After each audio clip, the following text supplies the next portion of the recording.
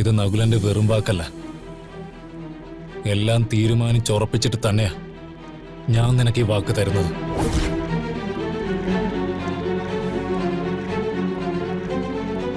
അവളിപ്പോ എന്റെ അനിയത്തിയല്ലേ.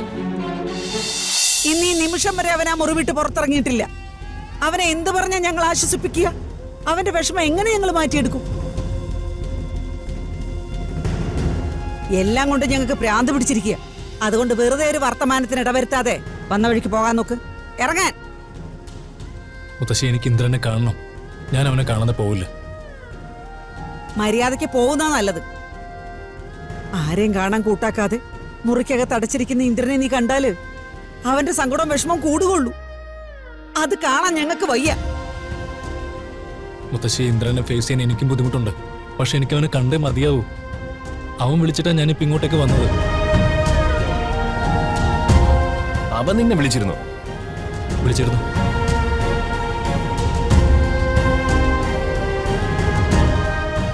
അവൻ എന്നോട് എന്തൊക്കെയോ സംസാരിക്കണമെന്ന് പറഞ്ഞു.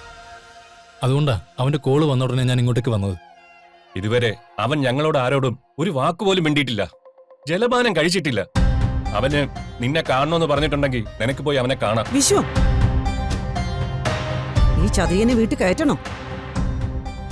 മുത്തശ്ശി, ഇന്ദ്രൻ ഇവനോട് എന്തെങ്കിലും പറയാനുണ്ടെങ്കിൽ പറയട്ടെ, തടയണ്ട. എന്തെങ്കിലും ഒന്ന് മനസ്സിൽ തോന്നാതെ ഇന്ദ്രൻ ഇവനെ വിളിച്ചു വരുത്തില്ലല്ലോ.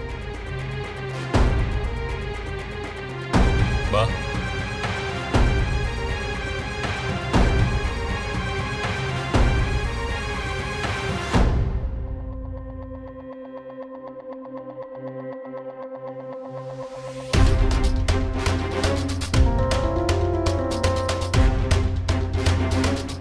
വിളിക്ക്. അവൻ മുറി തുറക്കും നോക്കാം. ഇന്ദ്ര, ഇന്ദ്ര, ഞാനാണ് നകുലൻ. ഇന്ദ്ര, വാതിൽ തുറക്കടാ. ഇന്ദ്ര, എടാ നകുലിനെ വിളിക്കുന്നത്, തുറക്ക്.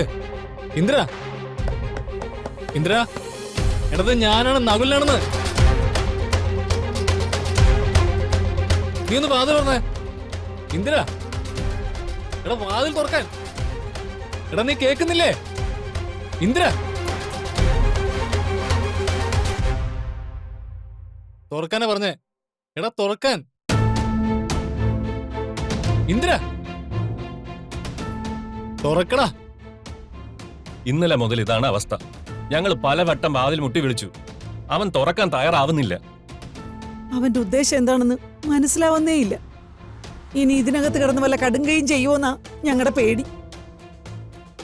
അത്രയ്ക്കും മനോവിഷമല്ലേ നിങ്ങൾ കാരണം അവനുണ്ടായത്? അവൻ എന്തെങ്കിലും സംഭവിച്ചാ നിങ്ങൾ ഒരാളെ ഞാൻ വെറുതെ വിടില്ല. ഇന്ദ്ര, എടാ ഇന്ദ്ര,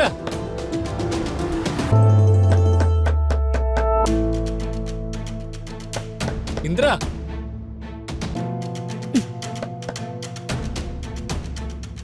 ഇന്ദ്ര, എടാ നീ കേൾക്കുന്നില്ലേ? അങ്ങോട്ട്. എടാ വാതിൽ തുറക്കാൻ.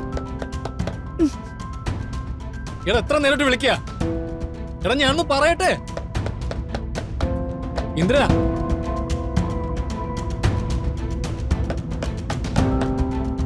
എടാ ഞാൻ പറയട്ടെ. എടാ ഇതൊന്ന് തുറക്ക്. എടാ ഇതൊന്ന് തുറക്കടാ. നീ വിളിച്ചിട്ടല്ലേ ഞാനിപ്പോ ഇങ്ങോട്ട് വന്നത്. നിനക്ക് എന്തിനോട് പറയാനുള്ളേ? എടാ നിനക്ക് പറയാനുള്ളത് എന്ത് ഞാൻ കേൾക്കാം. എടാ നീ ആദ്യം വാതിൽ തുറക്ക്. എടാ നീ എത്ര നാളെ മുറി അടച്ചകത്തിരിക്കും? എനിക്ക് നിന്നോടൊന്നും പറയാനില്ല.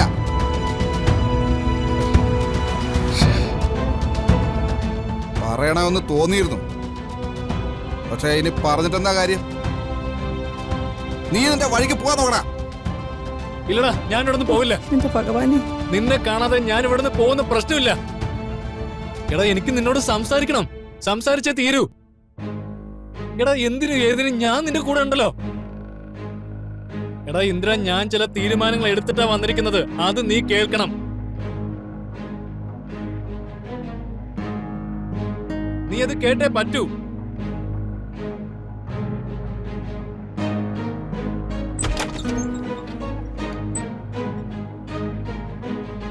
ഇന്ദ്ര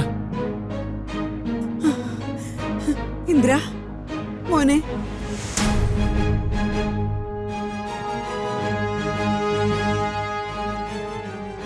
എടാ നീ എന്ത് പണിയാ കാണിച്ചേ? ഡ്രസ്സൊന്നും മാറിയില്ലേ? അല്ലെങ്കിൽ തന്നെ വിഷമം താങ്ങാനാകാതിരിക്കുമ്പോഴാ മുറി അടച്ചിട്ട് അകത്ത് കയറി ഒന്നും മിണ്ടാതിരിക്കുന്നത്. ഈ സങ്കടമൊക്കെ ഞങ്ങൾ എങ്ങനെ സഹിക്കും മോനെ? ഇന്ദ്രന്റെ ജീവിതത്തില് ആദ്യമായി ഉണ്ടായ അപമാനത്. ഈ അപമാനം സഹിച്ച് ഞാനിനി എങ്ങനെ പുറത്തിറങ്ങിയ ആൾക്കാരുടെ മുഖത്ത് നോക്കും? അതിലും ഭേദം ഈ മുറിക്കകത്ത് തന്നെ ഇരുന്ന് ജന്മം തീർക്കുന്നതാ. ഇന്ദ്ര നീ ഈ കാണിക്കുന്ന ഒന്നും ഒരു പരിഹാരമല്ല. നീ എന്നെ ഉപദേശിക്കാൻ നിൽക്കരുത്. അനിയത്തിക്ക് ഒരു കള്ള കാമുകനുണ്ടായിരുന്നെങ്കിൽ പിന്നെ എന്തിനാടാ നീ എന്നെ ഈ വേഷം കെടുത്തത്? അവനും അവളും തമ്മിൽ പ്രേമത്തിലാണെന്ന് പല തവണ എനിക്ക് സംശയം തോന്നിയതാ. അപ്പോഴെല്ലാം ഞാനത് നിന്നോട് സൂചിപ്പിക്കുകയും ചെയ്തു. പക്ഷേ നീ അത് നിസാരമായി കണ്ട് വെറുതെ വിട്ടു. അതിന് വില കൊടുക്കേണ്ടി വന്നത് എന്റെയും എന്റെ ഈ കുടുംബത്തിന്റെയും അഭിമാനം. ശരിയാണ്, ഞാൻ അവളെ കൂടുതൽ ശ്രദ്ധിക്കണമായിരുന്നു. എനിക്കതിന് സാധിക്കാതെ പോയി. നിന്റെ കുറ്റസമ്മതവും പശ്ചാത്താപവും ഒന്നും ഇവിടെ വിളമണ്ട.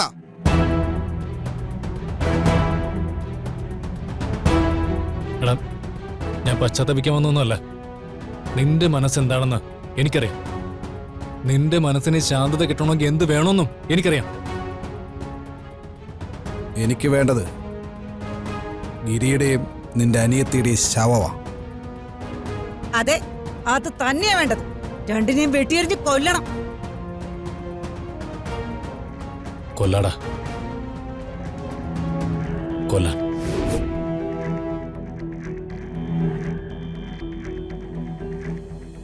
ഇത് നകുലന്റെ വെറും വാക്കല്ല. എല്ലാം തീരുമാനിച്ചുറപ്പിച്ചിട്ട് തന്നെയാ ഞാൻ നിനക്ക് ഈ വാക്ക് തരുന്നത്.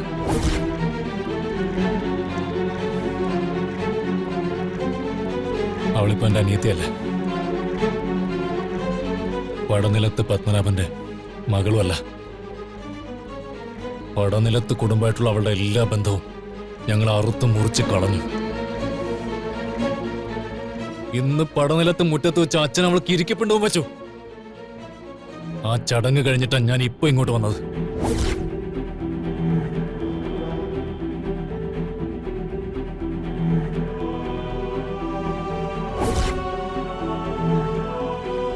നിന്നേക്കാൾ കൂടുതൽ പ്രതികാരവും പകയും എനിക്ക് അവരോടുണ്ട്. മുറിയടച്ചിരിക്കേണ്ടതും ഒഴിഞ്ഞു മാറേണ്ടതൊന്നും നീയല്ല. ഇല്ലാതാവേണ്ടത് അവനും അവളുമാ.